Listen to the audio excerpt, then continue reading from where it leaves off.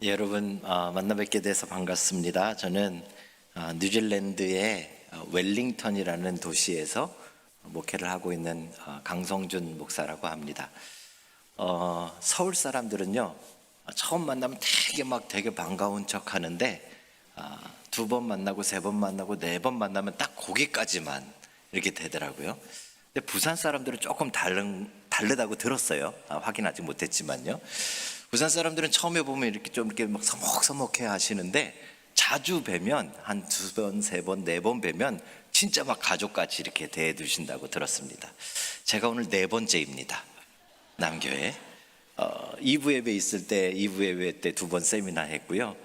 주일 예배는 지금 두 번째니까 네 번째니까 이제 여러분들이 좀 이렇게 밝게 맞아 주실 줄 알았는데, 생각한 것보다는, 제가 기대한 것보다는 기분이 안 좋게 교회 오신 분들이 몇 분 계신 것 같아서, 사실 우리 김명호 목사님이 예배 시간에, 특별히 설교 시간에 쓸데없는 얘기하는 걸 제일 싫어하십니다. 제가 잘 아는데 군더더기가 없어요. 그래서 남교회는 진짜 막 착착착착 해서 예배가 너무 임팩트 있게 쫙 지나가거든요. 그게 너무 좋아요.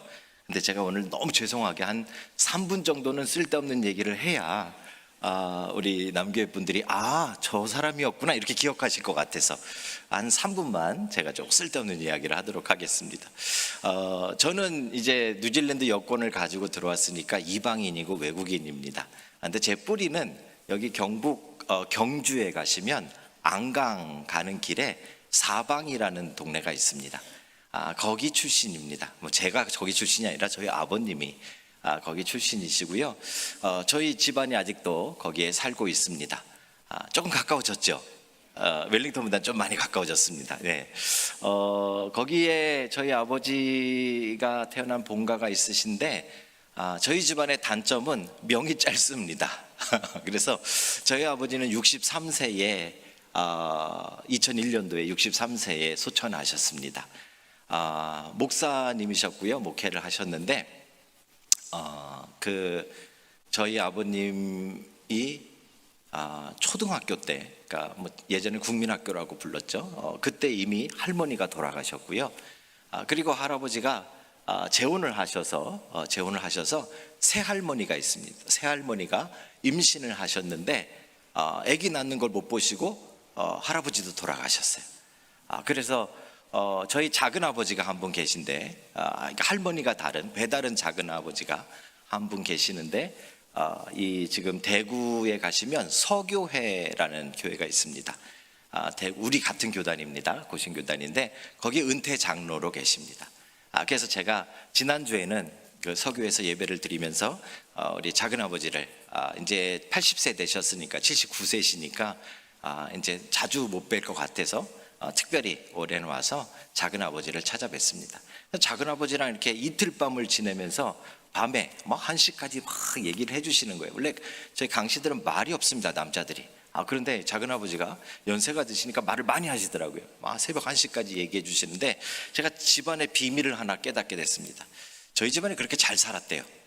그래서 그 사방 50리를 동서남북으로 해서 저희 땅을 밟지 않고는 안강으로 갈 수 없는, 뭐 옛날 집들은 다 잘 살았다고 하긴 하지만 하여튼 뭐 그렇게 말씀하시더라고요. 그렇게 부자예요. 땅이 그렇게 많은 부자였대. 경주 최부자랑 경쟁을 할 정도의 부자였다, 이렇게 얘기하셔서 대단한 거죠, 그죠?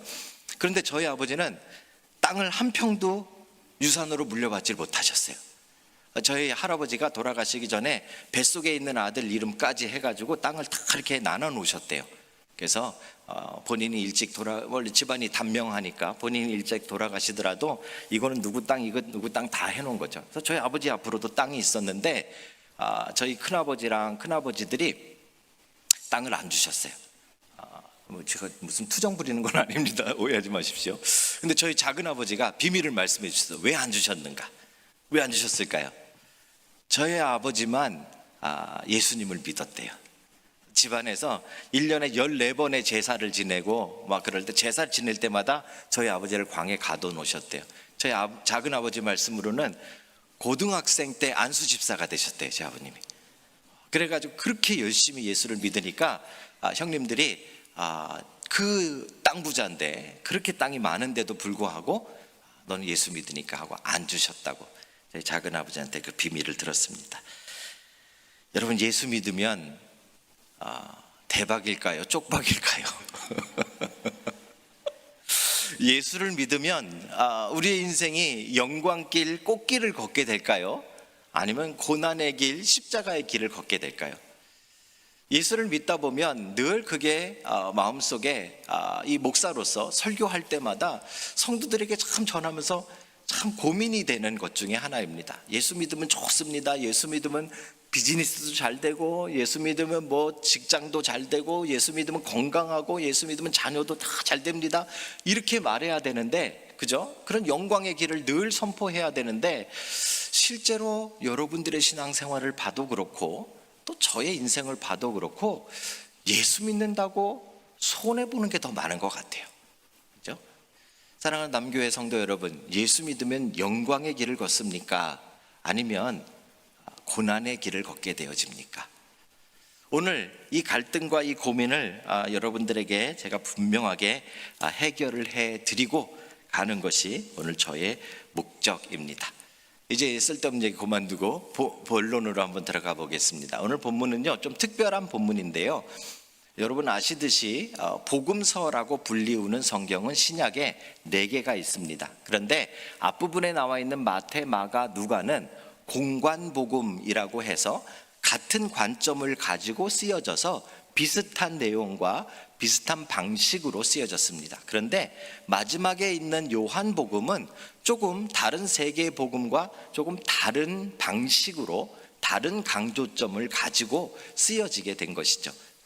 이 4개의 복음서가 다 강조하는 것이 무엇인가 하면 예수 그리스도이신데, 예수 그리스도께서 이 예루살렘 성에 입성하시는, 여러분 다 잘 아시잖아요, 그죠? 뭘 타고 들어가셨죠? 예, 새끼 나귀. 제가 이게 익숙하지 않아서 자꾸 뉴질랜드에서 설교할 때 나귀 새끼 했더니 욕 같다고 그렇게 하지 말라 그랬더니 새끼 나귀래요. 새끼 나귀, 그죠? 예수님이 새끼 나귀를 타고 예루살렘 성에 입성하시는 이 장면은 정말 대단한 장면입니다. 그래서 4개의 복음서가 그거를 다 기록하고 있어요. 그런데 재밌는 거는요, 그 사건 바로 뒤에 일어나는 일, 예루살렘에 들어가신 다음에, 왕처럼 들어가신 다음에 그 다음에 일어난 사건에 대해서 3개의 복음서는 무엇을 기록하고 있는가 하면 성전 정화 사건, 성전에 들어가서서 장사하는 사람들을 쫓으시고 소와 양을 채찍으로 몰아내셨던 장면을 기록하고 있고요. 요한복음은 그걸 기록하고 있지 않아요. 요한복음은 재밌게도 이 성전 정화 사건을 요한복음의 맨 앞부분에다가 기록하고 있어요. 그리고 예루살렘 성에 입성한 이 중요한 사건 다음에 바로 오늘 본문인 이 말씀을 기록하고 있어요. 아주 그래서 특별한 본문입니다. 그렇죠?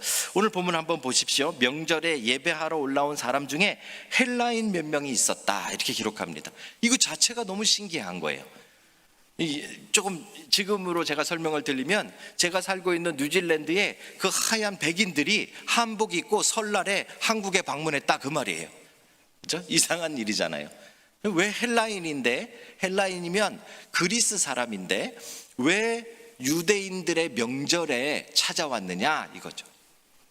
이 사람들은 아마도 자신들의 신들을 버리고 이제 하나님을 믿기로 개종한 사람들이에요. 그래서 유대교인이 된 사람들이죠. 그 당시에 유대교인이 되려면 세례를 받고 할례를 받아서 그리고 절기를 지키면 유대교인으로 인정해 줬어요. 이 헬라인들은 유대교인이 됐어요. 여러분 한번 상상해 보세요. 왜 그 당시는 로마 시대고요, 전체가 헬라 문화예요. 그리스 문화예요. 거기에 그리스인이면 자기네들이 주인공인데 왜 자기네 신을 버리고 자기네들 문화를 버리고 이 구석에 있는 조그만한 이 유대인들이 믿고 있는 하나님을 믿으려고 했을까요? 이 사람들에게는요, 하나님을 믿으면 생기는 아주 특별한 것을 기대했는지 몰라요.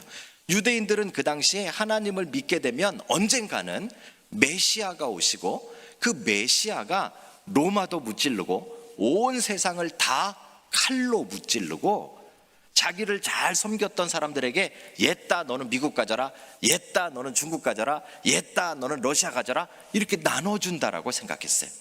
그게 유대인들이 생각했던 하나님의 나라입니다. 그래서 이 헬라인들도 분명히 그런 마음을 가지고 유대교에 들어온 것 같아요.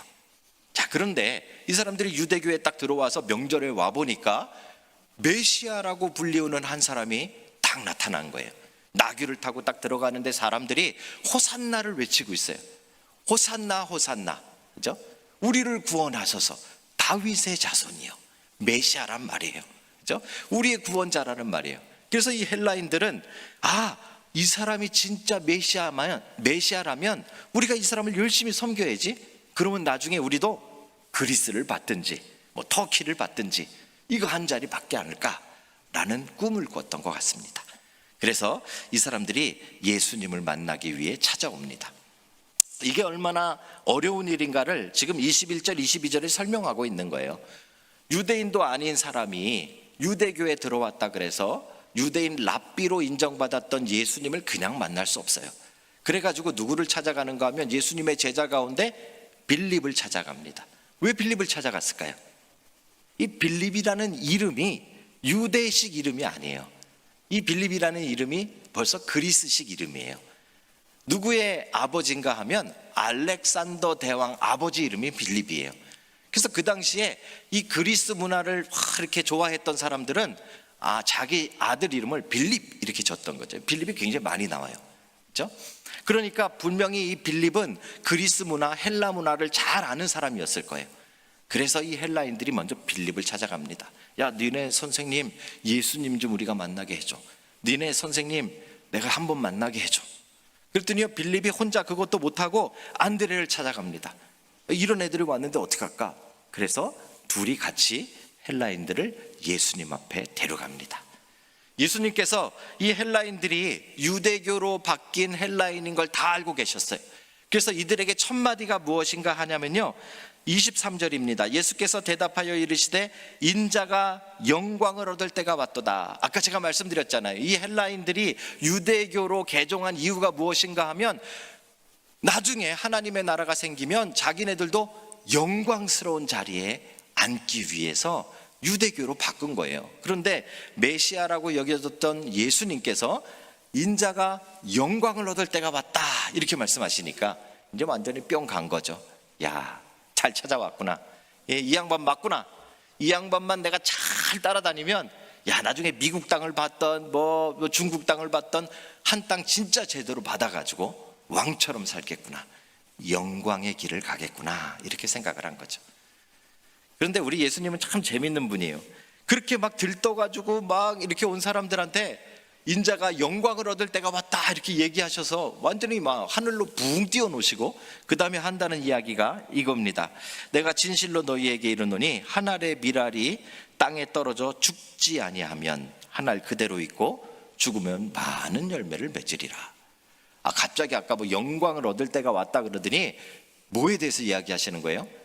내가 이제 곧 죽게 될 거다. 죽어야지만 많은 열매를 맺는다. 십자가의 죽음에 대해서 말씀하시는 거예요. 참 예수님은요, 성경을 읽다 보면 참 희한한 양반이에요. 이분은 사람을 들었다 놨다 해요. 조금 아까 영광이 어쩌고 저쩌고 해가지고 막 잘 찾아왔나 보다 해서 막 신났는데 이제 와서는 한 알의 밀알이 땅에 떨어져 죽지 않으면 아무 소용없다. 죽어야 된다. 죽음에 대해서 말씀하시는 거죠. 예수님을 따르는 것이 영광의 길인지 죽음의 길인지 십자가의 길인지 헬라인들이 헷갈려 하기 시작하는 거예요. 그렇죠? 그런 헬라인들에게 이제 예수님께서 직접적으로 말씀하십니다. 자기의 생명을 사랑하는 자는 잃어버릴 것이요 이 세상에서 자기의 생명을 미워하는 자는 영생하도록 보전하리라. 사람이 나를 섬기려면 이 사람들의 마음을 꿰뚫어 보신 거예요. 너네가 나를 섬기면서 영광을 얻고자 했어? 나를 섬기려면 밀알처럼 죽어야 돼. 이렇게 말씀하시는 거죠. 그렇죠? 그 뒤에 헬라인들이 예수님을 섬기지 않은 것 같아요. 그 뒤로 헬라인들에 대한 이야기는 나오지 않아요. 그렇죠? 하지만 이 헬라인들을 통해서 우리는 아주 큰 도전을 받고 있어요. 왜냐하면 오늘날 예수 믿는 사람들의 생각이 이 헬라인들과 많이 비슷해요. 목사님들도 비슷해요. 예수 믿으면 잘 되겠지. 예수 믿으면 돈 벌겠지. 예수 믿으면 장사 대박 나겠지. 예수 믿으면 건강하겠지. 예수 믿으면 내 자녀들 다 좋은 대학 가겠지. 예수 믿으면 우리 자녀들 서울 가겠지. 그런 마음을 가지고 우리가 예배를 드리고 하나님을 섬기려고 할 때가 우리에게 많이 있다는 거죠. 헬라인들과 똑같은 생각이에요, 우리에게. 그렇죠? 그런데 여러분, 실제로 예수 믿어보면 어떻습니까? 제가 아까 말씀드린 대로 예수 믿는다고 유산도 안 줘요. 예수 믿는다고 직장에서 승진도 안 돼요. 여러분, 승진하려면요, 뉴질랜드 좀 다르지만 한국에서 승진하려면 지금 많이 바뀌었다 그래요. 옛날에 28년 전에 제가 한국에 있을 때 직장 생활을 한 4년 했는데요, 승진하려면요 그냥 안 돼요. 갔다가 뭐 갖다 드리고, 뭐 그때는 막 신발 상품권을 막 이만큼씩 갖다 드리고 그래도 될까 말까요. 그렇죠? 그러니 예수 믿는 사람들 정직하게 하면 승진하겠어요? 안 되죠. 그렇죠? 현실은 예수를 믿는다고 영광의 길이 아니라 쪽박 차는 길처럼 가는 거예요. 현실은 예수를 믿는다고 더 좋은 영광의 길, 꽃길이 아니라 고난의 길, 십자가의 길을 걷게 되는 거예요. 정말 그래요, 여러분? 사랑하는 성도 여러분, 여러분들은 지금 영광의 길을 걷고 계십니까? 아니면 고난과 십자가의 길을 걷고 계십니까? 제가 오늘 분명하게 여러분들에게 말씀드릴 수 있는 것은요, 여러분들은 지금 영광의 길을 걷고 계세요. 여러분들은 영광의 길을 걷고 계세요. 제가 오늘 그 증거를 두 가지를 간단하게 말씀드리고 마치려고 하는 거예요. 여러분들이 왜 진짜 영광의 길인가? 우리 삶을 돌아볼 때는 뭐 건강해지는 것도 아니고 돈을 많이 버는 것도 아니고 뭐 예수 믿는다고 좋아지는 것 같지 않은데, 그런데 진짜 영광의 길을 걷고 계신 거예요. 그 증거를, 첫 번째 증거를 말씀드립니다. 26절입니다. 제가 읽어드릴게요. 사람이 나를 섬기려면 나를 따르라. 나 있는 곳에 나를 섬기는 자도 거기 있으리라. 여러분과 제가 영광의 길을 걷고 있다라는 증거는 무엇인가 하면, 이유는 무엇인가 하면, 여러분이 어떤 길에 있든지 간에 그것이 건강이 안 좋은 길이든 사업에 망한 길이든 고난의 길이든 십자가의 길이든 외로운 길이든 슬픔의 길이든 여러분이 있는 그 곳에 우리 주님이 함께 하신대요. 그러니 영광의 길이죠. 그러니 영광의 길인 거예요. 대박나서 영광의 길이 아니고요, 돈 많이 벌어서 영광의 길이 아니고요, 주님이 함께 하시니까 영광의 길인 거예요. 제가 뉴질랜드에 있을 때 한국에 이렇게 여러 가지 영상들을 이렇게 찾아보다가 이렇게 한 축구 이렇게 유튜브였는데요, 이렇게 사람들이 오면 축구하는 걸 보고 오디션을 봐서 팀을 만드는 그런 거였어요. 저도 앞부분만 잠깐 봤는데 거기에 유명한 이 축구 선수가 나왔고 그 옆에 제가 처음 보는 사람이 나왔어요. 그런데 이 사람도 같이 심사위원으로 나온 거예요. 근데 이 사람을 소개해 주는데 이 사람이 요즘 제일 잘 나간대요. 이 사람이 뭐 여기저기 그 예능에도 나가고 여러 방송에, 유튜브에 많이 나간대요. 근데 이유가 뭔가 하면 이 사람이 손흥민 친구래요. 손흥민 친구래. 그래서 뭐 대단한가 보다 그러는데 본인 입으로 말하는 거예요. 한 중학교 때인가 국민학교 때인가 한 1, 2년 같이 뛰었대요, 손흥민이랑. 그래서 사람들은 손흥민 친구라 그래서 일주일에 몇 번씩 손흥민이랑 카톡하는 줄로 오해하는데 사실 손흥민이랑 카톡 해본 적이 없대요. 그런데 손흥민 친구래요. 수십 년 전에 한 1, 2년 같이 있었는데 그걸 가지고 지금 여기저기 방송에 불려다녀요. 뭐 본인이 솔직히 말하더라고요. 자기가 지금 손흥민에게 연락하면 자기를 기억할지도 잘 모르겠대요. 그런데 손흥민 친구래요. 그래가지고 막 손흥민과 예전에 한 1년만 같이 있었어도요, 손흥민이 얼마나 우리 축구에 있어서 얼마나 영광스러운 자리에 있습니까? 그러니까 이 사람도 덩달아 영광의 길을 걷는 거예요. 제가 그 사람 모습을 보다 오늘 본문을 보다가 너무 깜짝 놀랐어요. 여러분 생각해 보세요. 이 땅 가운데서 가장 육체를 입고 우리와 같은 몸을 가지고 가장 영광스러운 자리에 오르신 분이 우리 주님이에요. 그렇잖아요. 뭐 어떤 축구 선수, 어떤 연예인 비교할 것도 아니잖아요. 그죠? 그런데 그 주님이 우리랑 10년 전에 잠깐 같이 계신 게 아니라 지금 같이 계시대요. 지금 여러분들이 어디에 있든지 같이 계시대요. 여러분들의 인생이 사망의 음침한 골짜기라도 같이 계시대요. 다윗이 그래서 고백하는 거예요. 내가 사망의 음침한 골짜기를 지날지라도 해를 두려워하지 않을 것은 주께서 나와 함께 계십니다. 그게 영광의 길이에요. 그게 영광의 길이에요. 그렇죠? 저는 여러분들이 다 영광의 길을 걷고 있다고 믿습니다. 여러분들의 인생이 어떠하든지 간에 그게 영광의 길이에요. 왜요? 주님이 함께 계시기 때문에. 예수 믿는다고 제사 때마다 광에 갇히고 그 땅 부잣집에서 형제들 다 유산 받아가지고 땅땅거리고 살 때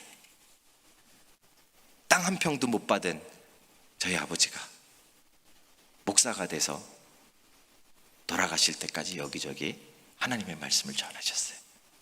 전 그게 영광이라고 생각합니다. 그리고 그 아들이 얼마나 저는 지금 이 자리에서 얼마나 감격스러운지 아세요? 여러분들과 제가 무슨 관계가 있어서, 그렇죠? 여러분들과 제가 무슨 인연이 있어서 제가 이렇게 여러분들 앞에서 하나님의 말씀을 전할 수 있는 거, 이게 얼마나 저는 영광인지 몰라요. 그렇죠? 저희 작은아버지 배다른 동생이라고 형님들이 학교 월사금을 안 줬대요. 학교에서 쫓겨나가지고 경주 기차역에서 펑펑 울었대요.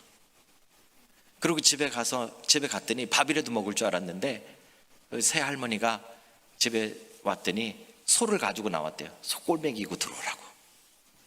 그 얘기를 저한테 해주시는 거예요. 근데 그분이 장로가 됐어요. 은퇴할 때까지 열심히 교회를 섬기고요. 그 아들들이 안수집사가 됐어요. 그럼 뭐가 영광입니까? 그게 영광인 거예요.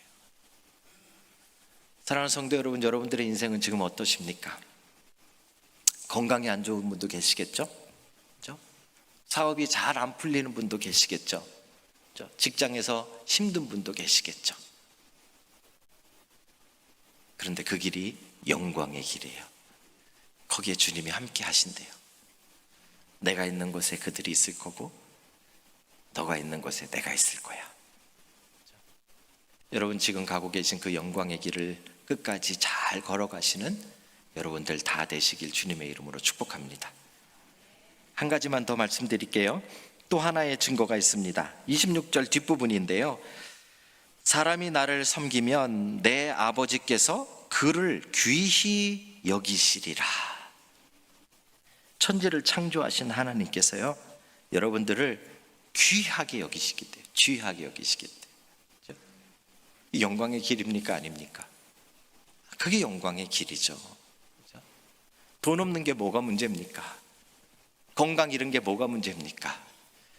천지를 창조하신 그 하나님 아버지께서 나를 존귀하게 여겨주시겠다는데 그것만큼 영광스러운 일이 어디 있습니까? 그렇죠?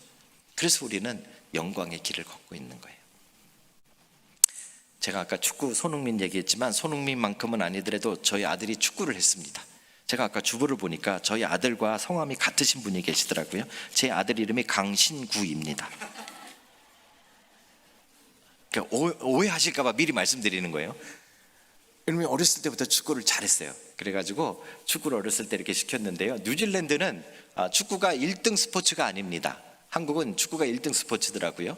근데 뉴질랜드는 럭비가 1등 스포츠고요.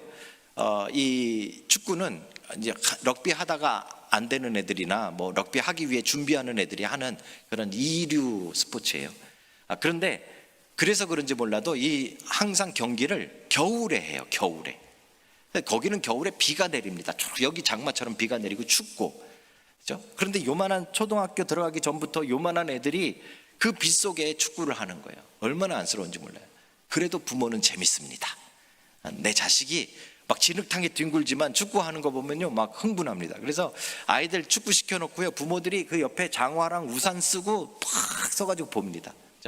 그날도 그렇게 경기가 막 이렇게 벌려지고 애들이 공을 차는데 비가 오니까 공이 여기서 저기밖에 안 나가요. 그 어린애들이 얼마나 차봤자 얼마나 세게 차겠어요, 그죠? 그걸 또 가서 찰려다가 미끄러지고 막 이런 걸 보면서 부모들은 좋다고 막 박수치고 있는 거죠. 한참 만에 저희 아들과 함께 공격수로 뛰었던 한 아이가 이제 교체돼서 밖에 나왔어요. 이 밖에 라인 옆으로 나왔어요. 그런데 얘 부모님이 안 왔나 봐요. 얘가 밖에 나왔는데 부모가 없이 혼자서 이렇게 비를 촉딱 맞으면서 부들부들 떨고 있는 거예요. 우리 팀 부모들이요, 저를 비롯해서 그 아이를 봤을 때 어땠을까요? 너 좀 비 좀 맞아라 이랬을까요? 부산은 그러나요? 안 그러잖아요. 너는 할 거 없이 막 가서 막 우산 씌워주고 막 닦아주고 난리가 났어요. 제가 생각해 봤어요. 왜 그랬을까? 왜? 걔가 골을 넣어서? 아니에요. 걔 골 못 넣었어요. 걔가 MVP예요? 아니요, 저희 아들이 MVP예요. 걔가 뭐가 귀해? 너무 귀한 거예요. 왜요?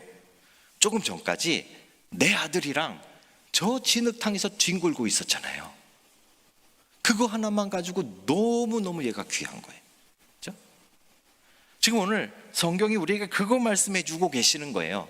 하나님이 여러분들을 너무 존귀하게 여기신대요. 왜요? 여러분들이 전도 잘해서? 아니에요. 죄송합니다. 잘하시는 분 계속 잘하세요. 근데 그것 때문에 아니에요. 여러분들 헌금 많이 해서요? 아니에요. 여러분들이 하나님 나라를 위해서 뭔가 대단한 일을 이루어내셔서요? 아니에요. 목사가 뭐 목회를 잘해서? 아니에요. 목사가 뭐 설교를 잘해서? 아니에요. 하나님이 우리를 존귀히 여기시는 이유는 단 하나예요. 그 아들 예수 그리스도와 함께 그 십자가의 길에서, 그 진흙탕에서, 그 고난 속에서 뒹굴고 있었으니까 하나님이 그냥 못 놔두시는 거예요. 하나님 그냥 안 두시는 거예요. 사랑하는 성도 여러분, 여러분들이 비록 지금 어떤 어려움 속에 있을지라도, 영광의 길 같이 안 보이는 그런 고난의 길에서 진흙탕에서 뒹굴고 있을지라도, 첫 번째로 기억하실 것은 그 진흙탕 속에 주님이 지금 함께 뒹굴어 주고 계시잖아요. 그리고 자기 아들과 뒹굴고 있는 그 사람을 하나님은 결코 그냥 버려두지 않는다는 말이에요. 존귀히 여기시는 거예요. 그때 너무 힘들었지. 그때 너무 아팠지. 그때 사업 망했다고 너무 힘들었지. 그때 암 걸렸다고 너무 낙심했지. 그래도 그 속에 내 아들과 함께 있었으니까 너는 존귀한 자야. 너는 정말 존귀해. 하나님 그렇게 보신다는 거예요. 이 얼마나 감격스러운 일입니까? 여러분, 예수님을 믿는 것은 영광스러운 일이에요. 영광의 길을 걷는 거예요. 돈을 많이 벌어서가 아니고요, 뭐가 많이 생겨서가 아니고요, 여러분이 고난당하는 그곳에 우리 주님이 기꺼이 함께 하시기 때문이에요. 그리고 주님과 함께 그 고난 속에 있는 여러분들을 하나님께서는 정말 존귀히 여기시는 거예요. 영광의 길인가 쪽박의 길인가 말할 필요도 없죠. 여러분이 지금 있는 것이 영광의 길입니다. 이렇게 예배하는 것이 영광의 길입니다. 제가 웰링턴에 그리고 혹시 4번이나 제가 말씀드렸는데 혹시 못 들으신 분이 계실까 봐, 오클랜드에서 개척을 해서 10년 동안 개척교회 목사를 하고요, 8년 전에 웰링턴이라는 도시에 내려가서 또 개척교회를, 2번째 개척교회를 해서 이제 8년이 되어졌습니다. 이것도 팔자인지 죄송합니다. 뭐 하나님의 역사신지, 이게 개척교회만 그렇게 하고 댕겨요. 웰링턴은요 1000명밖에 안 돼요, 한인들이.